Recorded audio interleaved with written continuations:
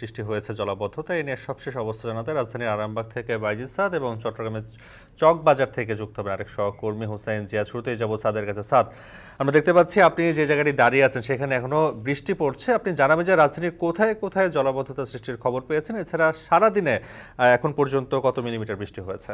স্বাস্থ্য এবং স্বাদের মধ্যে চমৎকার একটা ব্যালেন্স করে পীর প্রিমিয়াম আয়োডাইজড লবণ।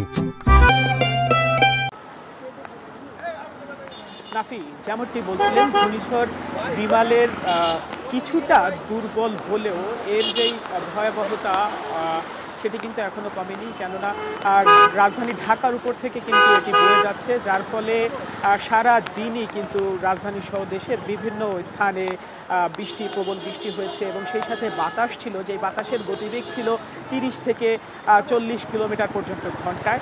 এবং আমরা দেখেছি রাজধানীর বিভিন্ন জায়গায় কিন্তু জলাবদ্ধতার সৃষ্টি হয়েছে এই বৃষ্টির জন্য। যেমন আমরা বিভিন্ন জায়গায় ঘুরে দেখেছি, তার মধ্যে ছিল ঢাকা বিশ্ববিদ্যালয়, নিউ মার্কেট, আরামবাগ, তারপর শান্তিনগর ছিল এবং কাজীপাড়া, শেওড়াপাড়া, এই অঞ্চলগুলো কিন্তু আমরা ঘুরে দেখেছি। সবখানেই কিন্তু জলাবদ্ধতা আমরা দেখতে পেয়েছি। আমরা এই মুহূর্তে রয়েছি আরামবাগেও কিন্তু জলাবদ্ধতা রয়েছে। এখানে কোমর সমান পানি রয়েছে। যেই গাড়িগুলো যাচ্ছে, আমরা আসার সময় দেখেছি অনেকগুলো গাড়ি কিন্তু রাস্তার একপাশে দাঁড়া করানো রয়েছে। তাদের কাছে জিজ্ঞাসা করলে তারা জানিয়েছে যে তাদের গাড়িগুলো এই পানির জন্য কিন্তু নষ্ট হয়ে গেছে, যে কারণে তারা একপাশে দাঁড়া করে রেখেছে।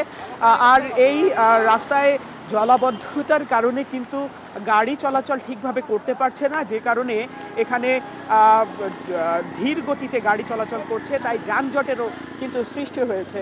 আজ সারাদিনে ঢাকায় 143 মিলিমিটার বৃষ্টিপাত কিন্তু রেকর্ড করা হয়েছে, যা গত 3 ঘন্টায় এর মধ্যে রেকর্ড করা হয়েছে 45 মিলিমিটার এবং গত 6 ঘন্টায় রেকর্ড করা হয়েছে 71 মিলিমিটার বৃষ্টিপাত। আবহাওয়া অধিদপ্তর বলছে এই যে ঝোড়ো হাওয়া অথবা বৃষ্টিপাত এগুলো কিন্তু আগামীকাল এবং তারপর দিন পর্যন্ত মোটামুটি চলবে এবং এর যেই ধারাবাহিকতা রয়েছে সেটিও কিন্তু চলমান থাকবে। এবং এই জলাবদ্ধতার কারণে কিন্তু নগরবাসী দুর্ভোগের মুখে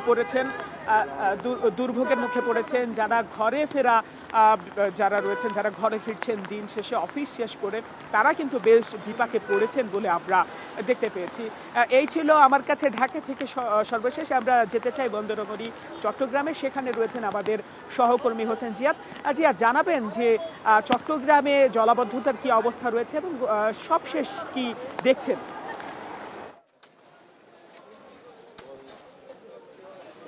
সাদ, মূলত চট্টগ্রামের আকাশে কিন্তু এখনও কালো মেঘের ঘনঘটা এবং থেমে থেমে বৃষ্টি হচ্ছে, সাথে দমকা বাতাস কিন্তু জানান দিচ্ছে যে রিমেলের যে প্রভাব সেটি কিন্তু এখনও পুরোপুরি কাটেনি। আর জলাবদ্ধতার নগরী হিসেবে চট্টগ্রাম গত 20 বছর ধরে আসলে সারা বাংলাদেশে পরিচিত এবং আজকেও তার ব্যতিক্রম হয়নি। সকাল 6টা থেকে 9টা পর্যন্ত এই 3 ঘন্টায় 132 মিলিমিটার বৃষ্টিপাত হয়েছে। আবহাওয়া অফিস বলছে যে 200 মিলিমিটার বৃষ্টিপাত গত 24 ঘন্টায় রেকর্ড করেছে, যেটি রিমেলের প্রভাবে সারা দেশের মধ্যে সর্বোচ্চ বৃষ্টিপাত। ফলে যা হওয়ার তাই, চট্টগ্রাম পুরো কোমর থেকে হাঁটু পানিতে ডুবে গেছে পুরো নগরী এবং সকাল থেকে বলা যায় একেবারে দুপুর 2টা পর্যন্ত পুরো নগরী স্থবির ছিল। আপনি যেটি দেখছেন, আমি চকবাজার এলাকার একটি সড়কে আছি, দেখে হয়তো খাল কিংবা কোনো নালা, বড় আকৃতির নালা মনে হবে, কিন্তু এটি আসলে সড়কের চিহ্ন। মাঝখানে যে বস্তাগুলো দেখছেন, আমরা আসার পর থেকে দেখছি যে এখানে বেশ কয়েকটি গাড়ি দুর্ঘটনার মুখে পড়েছে।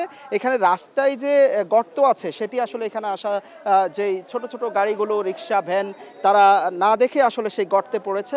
ফলে এলাকার মানুষ এসে পরবর্তীতে এখানে বস্তা দিয়ে সেই জায়গাটি ভরাট করার চেষ্টা করেছে। আমরা সকালবেলা যে পানি উঠেছে, সকাল 7টার পর পানি উঠেছে, এখন প্রায় 12 ঘন্টা পার হতে চললো, সে পানি কিন্তু এখনও নামেনি। আমরা দেখছি যে দোকানপাট থেকে শুরু করে এখানকার বাসাবাড়ি, এই এলাকার প্রায় এখনও পর্যন্ত 1.5 কিলোমিটার এলাকা জুড়ে আমরা দেখতে পাচ্ছি যে পানিতে তাদেরকে বসে থাকতে হচ্ছে।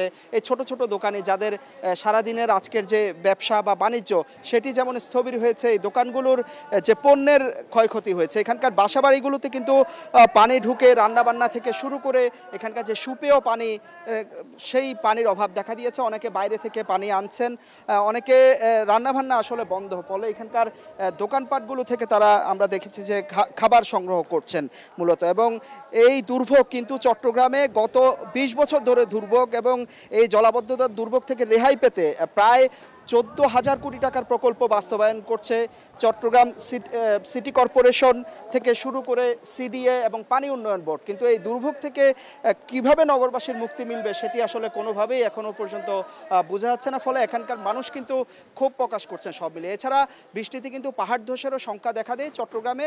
প্রশাসন, জেলা প্রশাসন থেকে শুরু করে ফায়ার সার্ভিস, তারা সর্বোচ্চ চেষ্টা করছেন যারা ঝুঁকিতে আছে তাদেরকে নামিয়ে আনতে। এর মধ্যে দুঃখজনকভাবে সকালবেলা দেয়াল ধসে কিন্তু চট্টগ্রামে একজনের মৃত্যু হয়েছে। নাফি, সকাল থেকে টানা বৃষ্টিতে জলাবদ্ধতা সৃষ্টি হয়েছে রাজধানী ঢাকা এবং বন্দরনগরী চট্টগ্রামে। সেই খবর জানাতে যুক্ত